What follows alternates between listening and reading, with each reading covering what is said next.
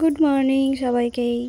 সবাই নিশ্চয়ই আজকে জানো যে আজকে কি জামাই ষষ্ঠী। হ্যাঁ, সবাই নিশ্চয়ই যে যার বাবার বাড়ি গেছো বড়দেরকে নিয়ে। ওদের থেকে কিন্তু আমাদের মেয়েদের আনন্দটাই বেশি থাকে, তাই না? আমিও গেছিলাম বাবার বাড়ি, জামাই ষষ্ঠীর আগের দিন রাত্রেই পৌঁছে গেছিলাম। আর এখানে জামাই ষষ্ঠীর দিন এটা সকাল থেকেই এই ভিডিওটা স্টার্ট করেছিলাম। একদম ভোর ভোর উঠে পড়েছিলাম, একটুও সময় নষ্ট করব না, কারণ মা বাবার কাছে শুধুমাত্রই আজকের দিনটুকুই আছি, আবার বিকেল বেরিয়ে যেতে হবে। বাড়ির উঠোনেই ওই আমের গাছটি আছে আমাদের। সকালে উঠে দেখলাম কটা আম পড়ে আছে, দেখে কিন্তু মনটা জুড়িয়ে গেল। কটা আম কুড়িয়েও নিলাম। আর এটা আমার ছোটো বোন, ও তখন অবধি ওঠেনি, তাই ওকে একটু উঠিয়েও দিলাম। আর বাড়ির উঠোনে না আমাদের একটি কাঁচরাজ পাতার গাছ আছে, জানো কি না জানি না। এই পাতাটা কিন্তু চায়ে দিলে বেশ সুগন্ধি ছাড়ে, মানে চায়ে দিলে একটা চায়ের ফ্লেভারটাই চেঞ্জ হয়ে যায়, যেটা কিন্তু আমাদের সবার খুব ভালো লাগে। মা এখানে সকালে একটু চা করে নিল, মা, বাপির আর আমার। আমি সাধারণত চা খাই না, কিন্তু ওই বাড়ি গেলে মা বাবার সাথে বসে একটু খেতে ইচ্ছা করে, সেই জন্যই আর কি। আমার মা স্নান কমপ্লিট করে ষষ্ঠী পুজো করাতে চলে গেছিলো, মায়ের সঙ্গে আমিও গেছিলাম। দেখলাম অনেক দিন যাওয়া হয়নি, সেই জন্য একবার গেলাম।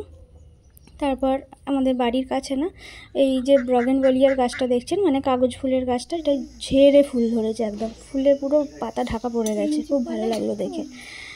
বাড়িতে এসে মা তার জামাইয়ের জন্য জলখাবারের আয়োজন শুরু করে দিয়েছে। আলুর চপ, লুচি, পাঁপড় ভাজা করে নিল।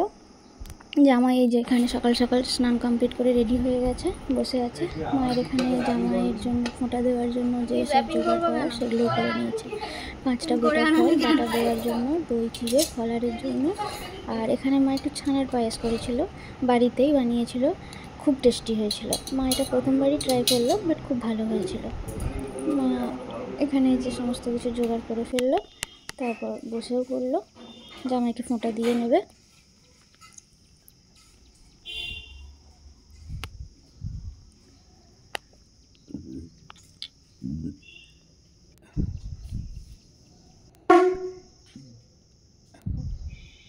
পায়েসটা আঙুল দেখিয়ে দিয়েছি, ওইটাই খাওয়াও না।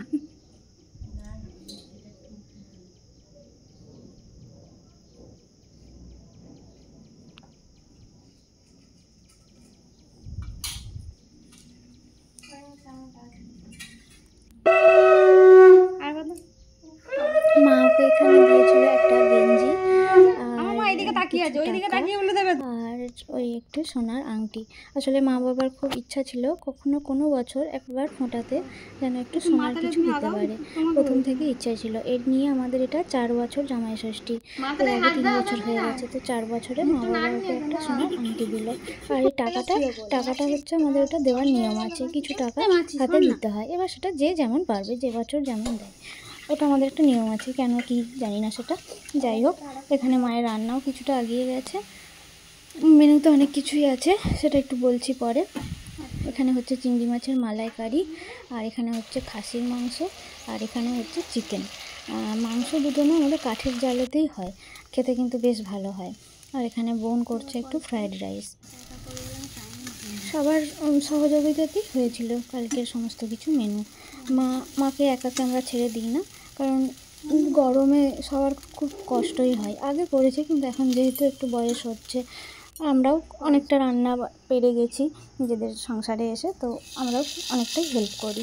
এখানে আমি করছিলাম একটু পমফ্রেট মাছ ভাজা, ঠিক খাওয়ার আগে যাতে একটু গরম গরম সার্ভ করতে পারি, এই জন্য। তো ওটা ম্যারিনেট করাই ছিল 1 ঘন্টা আগে থেকেই। ওখানে একটু পেঁয়াজ, রসুন, আদা বাটা, কিছু গুঁড়ো মশলা দিয়ে ম্যারিনেট করেছিলাম। এখানে মেনুতে আছে 2 রকম রাইস, সাদা ভাত, ফ্রাইড রাইস, 5 রকম ভাজা, তার সাথে ছিল চিংড়ি মাছের মালাইকারি, দই কাতলা, চিকেন, মাটন, আর ওখানে ছিল একটা পমফ্রেট। সমস্ত কিছু খাওয়া দাওয়া কমপ্লিট করে রাত্রি 8টা নাগাদ আমরা বেরিয়ে পড়েছিলাম আবার নিজের বাড়ি।